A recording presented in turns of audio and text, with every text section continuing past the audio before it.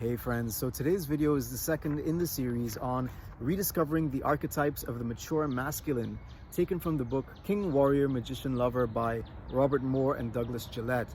And so in the first introductory video, we talked about the fact that there is currently a crisis in mature masculinity, and what we have instead is the predominance or the prevalence of a dysfunctional type of masculinity called patriarchy, which is based upon fear and control. So what we're going to try to do is look at the aspects or the archetypes that underlie mature masculinity. And the first one that we're going to discuss is that of the king. So once again, remember that archetypes are mysterious underlying forces that, even though they're not seen, they are the wellspring from which all of our expressions emerge. And so we used the idea of the magnet under a piece of paper as a metaphor to discuss this idea. And we discussed the fact that if you were to drop iron filings on top of a piece of paper with a magnet underneath, the iron filings would take the shape of the field of the magnet. So the magnet itself remains hidden or invisible, but it is the thing that is actually ordering how the iron filings are going to form and be positioned on the paper. And similarly, archetypes are like that magnet. We don't see them, but they are always acting, they're always there, they're always exerting a force that has the effect of ordering the aspects of our lives. So as a visual aid, I'm going to be using these cards taken from the Masculine Archetype Deck by Isaac Cotec. I use the cards also in the video that I put out on the hero's journey, but I find them very, very helpful in order to basically just reflect upon the different aspects of the hero's journey, or in this case, the archetypes. And so I'm going to be using these as visual aids. So instead of the king, it is referred to as the sovereign in this card. So first of all, in terms of understanding the king archetype, you have to understand that a good king is also an embodiment of all other of the masculine archetypes, that of the warrior, the magician, and the lover. So therefore, the king archetype usually comes online last because it is a culmination, or it's sort of a combination of all of the four, or all of the other three, that is, okay? So in many ways, the king energy is like father energy, but it underlies the father archetype and is more basic and more extensive than the father archetype as well. So the king archetype in its fullness has two main functions. The first one is that of ordering. The second one is that of providing of fertility and blessing. So in terms of ordering, the idea is that the king's duty is not only to take the right order of the universe and cast it in societal form, but more fundamentally to embody it in his own person. So the idea is that if you have an absence of the king energy, what is the absence of order? Is chaos, right? And so chaos ensues when there is no king energy present. And so that is the first function of the king. The second function of the king is to provide fertility and blessing. So in the book, the authors talk about the fact that young men today are starving for blessing from older men, starving for blessing from the king energy.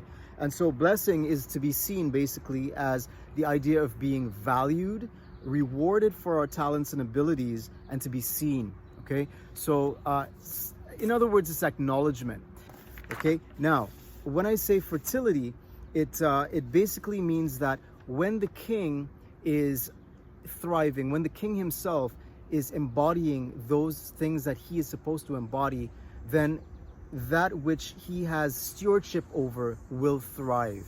So the king as the warrior represents aggressive might when that is needed, when order is threatened. So the king as the warrior is not going to sit back and allow injustice to prevail around him without saying something or standing up for the rights of those with whom he has been entrusted with their care. The king as the magician is the king that knows and discerns. Now, the magician archetype is about knowledge, discernment, it's about skill and using that skill. So the king as the magician knows and discerns and acts out of his deep knowingness. The king as the lover archetype delights in others and shows his delight through praise and action. Okay, so once again, in order to understand the archetypes, we want to understand that there is not only the archetype in its fullest sense, but there's also what's called the shadow aspects of each archetype. And usually there are two shadow aspects to one archetype. So in this case, we can think of it like a triangle, where the archetype in its fullest sense is at the top peak of the triangle, and the shadow aspects are the two base corners. And you can think of the two shadow aspects as the archetype in its overactive form. In this case, it's referred to as the oppressor. It's referred to in the book as the tyrant, or the underactive form of the archetype, in this case referred to as the entitled prince. In the book King, Warrior, Magician, Lover, it's referred to as the weakling. So the tyrant shadow aspect of the king, or that is which is referred to as the tyrant, or in this case of this deck, the oppressor, you can tell from the picture that the oppressor looks down on others and controls, seeks to control and manipulate. So basically, this is when the ego is identified with the king archetype in its fullest sense, but it's an ego identification, and what that leads to is ego inflation, accompanied by fixation at infantile levels of development. So it's kind of like the person that's trying to bring on the king archetype, or sees himself as the embodiment of the king archetype, is trying to be the king, or trying to identify with the king in a very shallow, superficial sort of way. So maybe this person sees the king as being a leader. Everybody is beholden to him or under his jurisdiction, and he has control over them. So what is characteristic of this shadow aspect, the tyrant, is that the tyrant exploits and abuses others, acts out of his own self-interest, lacks inner structure, and is also sensitive to criticism, although he may not want to show it. So remember, it's based in fear, and it's based in the fact that there is a very, very superficial identification of the ego with the idea of being a king. So the other shadow aspect, that is the weak polarity, or the underactive expression of the king archetype, is the weakling, or in this deck, the entitled prince. As you can see, he's just sitting around waiting to be served, dishes on the ground. Who's gonna get me a sandwich, right? That's the idea. Or just basically feeling so void of centeredness, calmness, and control that he projects his sense of control onto others. But basically, this person is disidentified with that archetype to such a degree that he feels deprived of access to that archetype.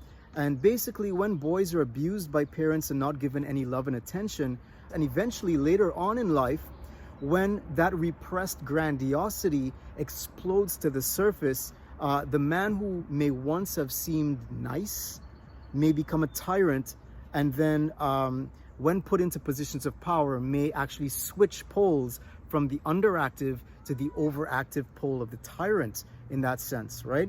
So it's when one really feels deprived of that king energy, right? So he's going to project that king energy onto other people. So he's going to experience himself, or that person will experience themselves as impotent, as unable to take action, to feel calm and to feel stable within himself without the presence of that person upon which he is projecting the king energy. Okay, so let's talk about how we access the king energy. In order to access this archetype, one must not identify one's ego with it. The most important thing to grasp here is that you need to center in your life that force that transcends your will and your ego, and that is that of the higher power. And so if you want to bring this archetype online, this is the main thing to do. It's not about saying, I am the king. It's not about saying, follow me. It's about placing in your life those principles that will bring order into your own sphere. And from there, it basically spills over into the lives of others, bringing blessing, order, calm, stability, and support. So there you have it, guys. Remember, the king archetype is usually the last one to come online because it is a combination of the other three: the warrior, the magician, and the lover. Every good king also encompasses the other aspects. And so if you want to be alerted when I put out videos on those other three, hit the subscribe button so that you will be alerted. Also, it would mean so much to me if you would do me a small favor and hit the like button. Believe it or not, that small gesture on your part goes a very long way to show appreciation for what I'm doing in putting out this information, and also gets it in front of more eyeballs so that more people can benefit from rediscovering the archetypes of the mature masculine. Anyhow, I hope you got a lot of value from this. Love you, and I'll see you in the next video.